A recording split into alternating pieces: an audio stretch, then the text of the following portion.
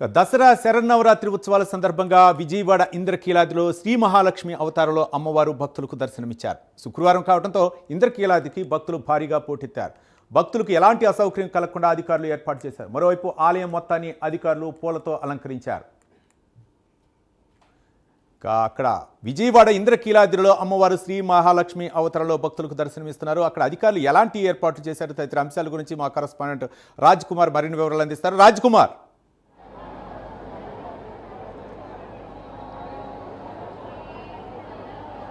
రవి, ముఖ్యంగా ఏదైతే శ్రీ దుర్గా మల్లేశ్వర స్వామి దేవస్థానంలో దసరా శరన్నవరాత్రి ఉత్సవాలు అత్యంత వైభవంగా కూడా సాగుతున్నాయి. ఈ నేపథ్యంలో పూర్తిగా కనుక చూసుకుంటే ఈరోజు అమ్మవారు మహాలక్ష్మీదేవిగా దర్శనమిస్తూ ఉన్నారు భక్తులకి. ప్రతి కుటుంబంలోనూ మహాలక్ష్మి ఉండాలని అందరూ కూడా కోరుకుంటారు. అమ్మవారిని దర్శించుకున్నటువంటి తరువాత ప్రతి ఇంట్లోనూ కూడా ఇదే విధానం ఉండాలని కూడా అందరూ చెప్తా ఉన్నారు. ప్రతి సుదూర ప్రాంతాల నుంచి భక్తులందరూ కూడా వస్తూ ఉన్నటువంటి పరిస్థితి ఉంది. ఈ క్యూ లైన్లో ఉదయం నుంచి కూడా క్యూ లైన్లన్నీ కూడా చాలా పెద్ద ఎత్తున భక్తులతో నిండినటువంటి పరిస్థితి ఉంది. ప్రత్యేకమైనటువంటి ఏర్పాట్లన్నింటినీ కూడా ఇటు ఆలయానికి సంబంధించినటువంటి అధికారులు, అటు జిల్లా యంత్రాంగం అందరూ కూడా కలిసికట్టుగా చేస్తున్నటువంటి పరిస్థితి ఉంది. మరి ఈ నేపథ్యంలో అసలు చాలామంది భక్తులు వస్తున్నారంటే ముఖ్యంగా కనుక చూడొచ్చు, ఈరోజు భక్తుల రద్దీ కూడా ఎక్కువగా ఉంది. అంటే నిన్న కూడా ఇదే విధానాన్ని, అంటే కాచాయిని దేవిగా అమ్మవారు నిన్న భక్తులకు దర్శనం ఇచ్చినటువంటి పరిస్థితి ఉంది.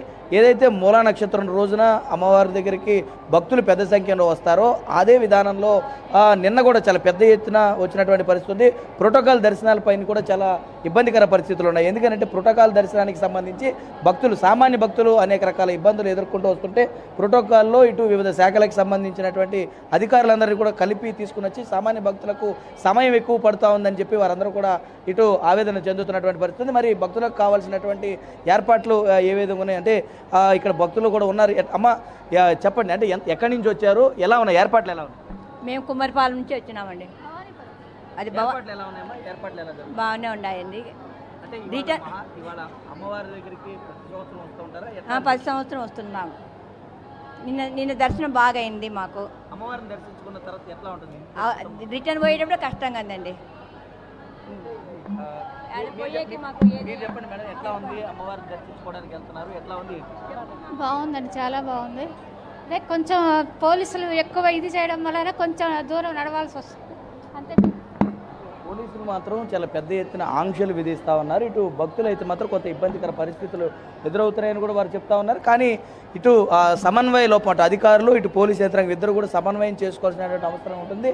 వారికి కావాల్సినటువంటి వారో లేదంటే ఇంకోరో కాదు, ప్రతి ఒక్క సామాన్య భక్తులకు కూడా పెద్దపీట వేయవలసినటువంటి అవసరం ఉంటుంది. ఇటు ప్రోటోకాల్ దర్శనాల పేరుతో చాలా పెద్ద ఎత్తున ఉంటుంది. కాబట్టి దీనికి సంబంధించి మాత్రం అధికారులు వెంటనే చర్యలు తీసుకోవాలంటూ కూడా భక్తులు కూడా చెప్తున్నటువంటి పరిస్థితి కనపడుతుంది.